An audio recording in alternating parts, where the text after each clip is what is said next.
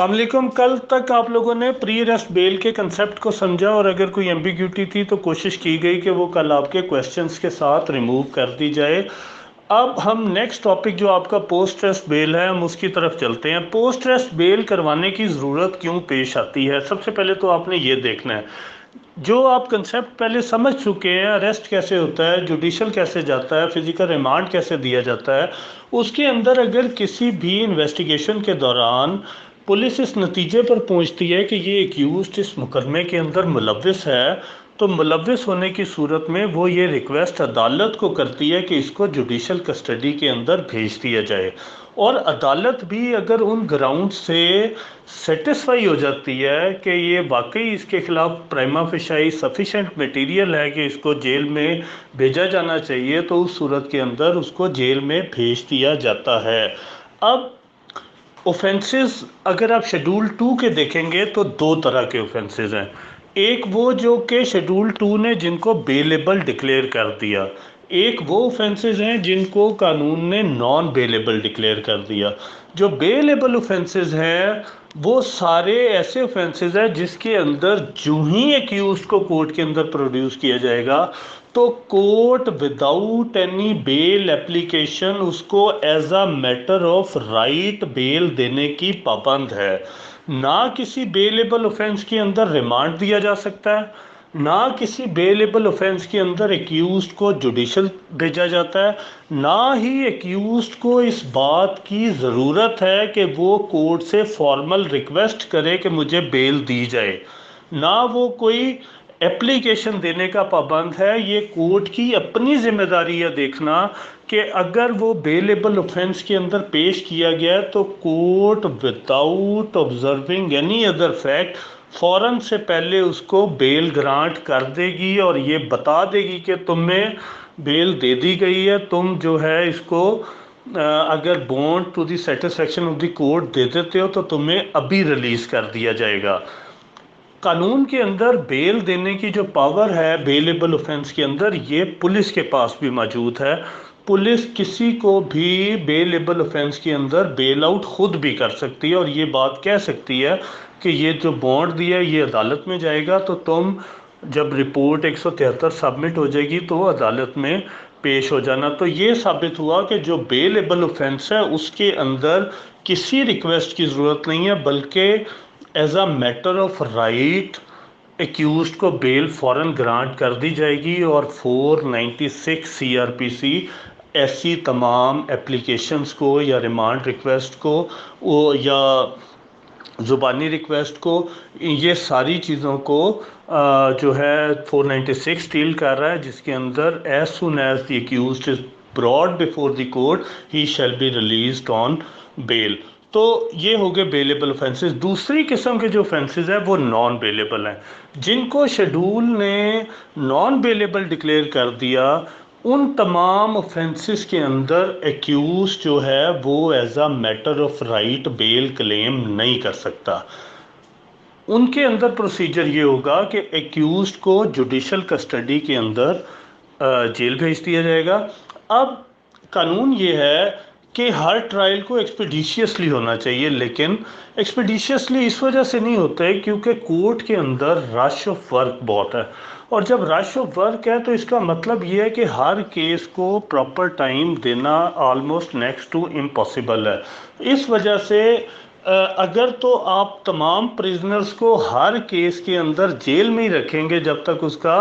Conclusion of trial नहीं होता, तो तब तक तो शायद जो उसकी एक्चुअल इम्प्रिजनमेंट है वो भी पूरी हो जाएगी लेकिन केस डिसाइड नहीं होगा। इसलिए कानून ने 497 की सूरत के अंदर एक रेमेडी दी है कि आप इसको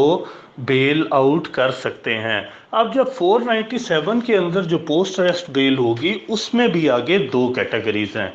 एक कैटेगरी वो है जिसके अंदर जो ऑफेंस है वो प्रोहिबिटरी क्लॉज में फॉल करता है, और दूसरा ये दोनों ऑफेंस वो हैं जो नॉन बेलेबल हैं। एक ऑफेंस वो है जो प्रोहिबिटरी क्लॉज में फॉल करता है और दूसरा ऑफेंस वो है जो नॉन प्रोहिबिटरी क्लॉज में फॉल करता है। प्रोहिबिटरी क्लॉज क्या है और नॉन प्रोहिबिटरी क्लॉज क्या है, जिसको उर्दू में ममनुआ, प्रोहिबिटरी को ममनुआ बोलते हैं जिससे मना कर दिया गया हो, और نان پروہیبٹری کلاس کو اردو میں بولتے ہیں غیر ممنوعہ، جس سے منع نہ کیا ہو۔ تو 497 CRPC جس کا جو سب کلاس 1 ہے اس کے اندر اگر آپ دیکھیں گے تو آپ کو یہ بات ملے گی کہ court shall not release if there appears reasonable ground for believing that he has been guilty of an offense punishable with death اور imprisonment for life اور imprisonment for 10 years۔ یہاں پہ ورڈ shall یوز ہوا ہے کہ shall not be released، اور اس کا مطلب یہ ہو گیا کہ یہ 497 منع کر رہا ہے کہ shall not be released جہاں پہ 10 سال یا اس سے زیادہ کوئی سزا ہوئی، اور اس سے زیادہ پہ وہ اینڈ کر رہا ہے جا کے ڈیتھ کے اوپر۔ تو یہاں پہ چونکہ شیل ناٹ کا ورڈ یوز ہوا ہے تو اس کو قانون کے اندر پروہیبیشن قرار دیا گیا، پروہیبٹری کلاس قرار دیا گیا، جس میں انہوں نے یہ ہولڈ کیا کہ یہاں پہ ممانعت ہے چونکہ، لہٰذا ان اوفینسز میں آپ نے ایسے بیل نہیں دینی۔ اچھا، جو اس سے نیچے ہو گئے 10 سال سے نیچے، اس کا مطلب ہے 1 دن سزا والے بھی اور اپ ٹو 10 ایئرز والے بھی وہ جو ہے نان پروہیبٹری کلاس میں فال کرتے ہیں۔ جیسا کہ میں نے آپ کو بتایا کہ نان بیلیبل اوفینس ہوگا اور شیڈول نے ڈکلیئر کیا، تو نان پروہیبٹری کلاس کے اندر جو اوفینس فال کرتے ہیں اس میں بھی as a matter of right bail claim نہیں کی جا سکتی، لیکن اس کے اوپر جو سب سے پہلے لینڈ مارک ججمنٹ آئی وہ 1995 کے اندر آئی سپریم کورٹ آف پاکستان کی، جس کے اندر انہوں نے وہ گراؤنڈز بتا دیں، جس کے اندر انہوں نے یہ بات کہہ دی کہ as a matter of right تو وہ بیل کلیم نہیں کر سکتا، لیکن ایسے معاملات کے اندر کورٹ کو بیل فوراً دے دینی چاہیے۔ فوراً سے مراد یہ ہے کہ جب وہ بیل کلیم کر رہا ہو اور اس کی بیل بنتی ہو ادر گراؤنڈز کے اوپر، تو ون آف دی گراؤنڈ انہوں نے کہا یہ بھی ہونا چاہیے کہ یہ اوفینس نان پروہیبٹری کلاس کے اندر فال کرتا ہے، تو اس گراؤنڈ کے اوپر بیل دے دینی چاہیے۔ لیکن اس کے انہوں نے کہا کہ اگر کوئی ایکسیپشنل سرکمسٹانسز ایگزسٹ کرتے ہوں جس سے کورٹ کو یہ لگے کہ نان پروہیبٹری کلاس کے اندر بھی بیل ڈکلائن کر دینی چاہیے، تو اس صورت کے اندر بھی کورٹ کو بیل ڈکلائن کر دینی چاہیے۔ ایکسیپشنل سرکمسٹانسز کیا؟ کئی ایسے جرم ہیں جس کے اندر موریلٹی انوالو ہو جاتی ہے، کئی جرم ایسے ہیں جس کے اندر ہینیسنس انوالو ہو جاتی ہے، کئی جرم ایسے ہیں جس کے اندر گریوٹی اٹیچ ہو جاتی ہے۔ ایک بندہ ہے، اس نے 10-12 وار کیے ہیں اور وہ جو ہے ایگریسر آدمی ہے، اور یا وہ رپیٹر ہے، ایسی ساری چیزوں کو دیکھ کے کورٹ ان کو ایکسیپشنل سرکمسٹانسز سمجھ سکتی ہے کہ یہ بندہ انٹائٹل نہیں ہے، ایک بندہ کئی مقدمات میں انوالو ہے اور کورٹ سمجھتی ہے کہ پرائما فیسی کنیکٹڈ ہے۔ تو ایسی انہوں نے کہا ایسی صورتحال کے اندر اگر یہ ایکسیپشنل سرکمسٹانسز ہے تو آپ ان کے اندر بھی ڈکلائن کر دیں جس کے اندر پروہیبٹری کلاس میں فال نہیں کر رہے، لیکن ادروائز یہ ہولڈ ہوا اس 1995 کی ججمنٹ میں، جو بڑی خوبصورت ججمنٹ ہے، جس کے اندر انہوں نے یہ ہولڈ کیا کہ ہر اس اوفینس کے اندر بیل دے دینی چاہیے جو پروہیبٹری کلاس میں فال نہیں کرتے۔ یہ ہو گئے آپ کے نان پروہیبٹری کلاس۔ پھر آپ کی جو پروہیبٹری کلاس ہیں بیل اس کے اندر بھی گرانٹ کی جا سکتی ہے، لیکن اس کی جو آگے سے پھر گراؤنڈز بتائی گئیں وہ یہ بتائی گئیں کہ اگر اس کا کیس کسی بھی ایسے سرکمسٹانس کے اندر فال کرتا ہے کہ ایون پروہیبٹری کلاس میں بھی فال کرتا ہو لیکن فردر انکوائری کا بن جائے۔ فردر انکوائری کیا ہوتی ہے؟ فردر انکوائری یہ ہے کہ کسی وجہ سے کورٹ کے ذہن میں یہ ڈاؤٹ آ جائے کہ اس بندے نے یہ اوفینس نہیں کیا،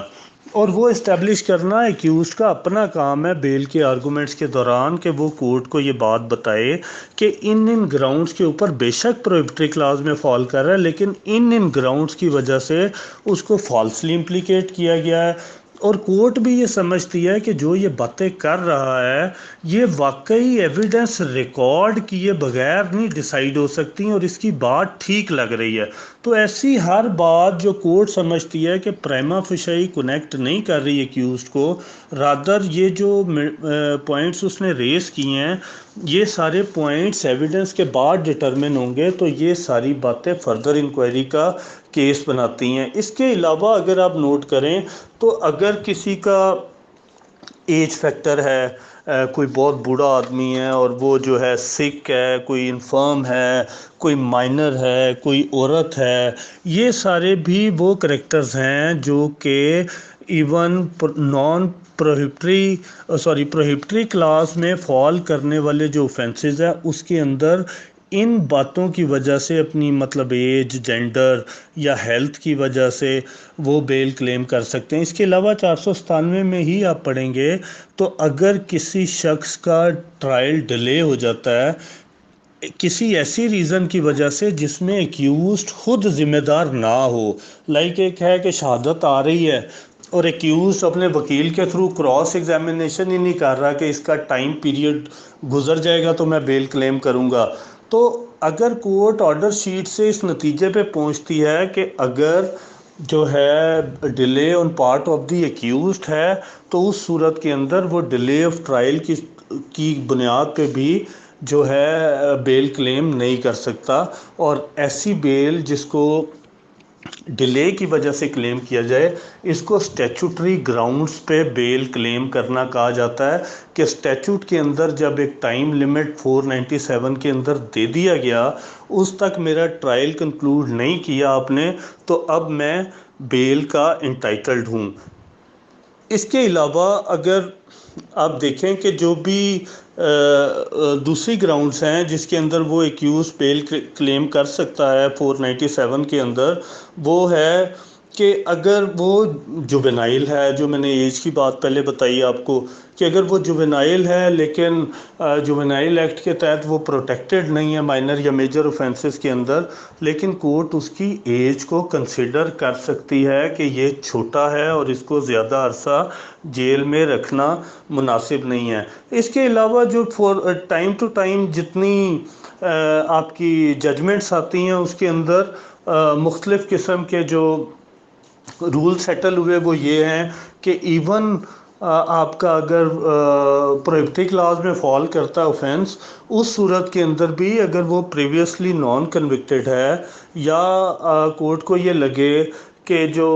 उसको बेल दे देने से जो है वो प्रोसिक्यूशन एविडेंस को टेम्पर नहीं करेगा, या कोर्ट को ये लगे कि वो एब्सकॉन्ड नहीं करेगा कोर्ट से, तो ये सारी ग्राउंड्स भी इवन नॉन प्रोहिबिटरी क्लास में फॉल करने वाले केसेस के अंदर उसको बेल दे दी जाती है। एक और कंसेप्ट पोस्ट अरेस्ट बेल में अब रिसेंटली जो डेवलप हुआ है वो कंडीशनल जो है बेल का है। वो ये है कि अगर ऐसे ऑफेंसेस जिसके अंदर एक्यूज्ड जो ऑफेंसेस कंपाउंडेबल इन नेचर हों, कंपाउंडेबल मीन जिनको 345 CRPC के तहत काबिल सुलह डिक्लेयर कर दिया गया हो, वो कहते हैं ऐसे तमाम ऑफेंसेस के अंदर अगर कंडीशनल कंप्रोमाइज़ भी हो जाता है, मिसाल ले लें जैसे 489 FPPC है, वो 345 के तहत वो कंपाउंडेबल ऑफेंस है और उसके अंदर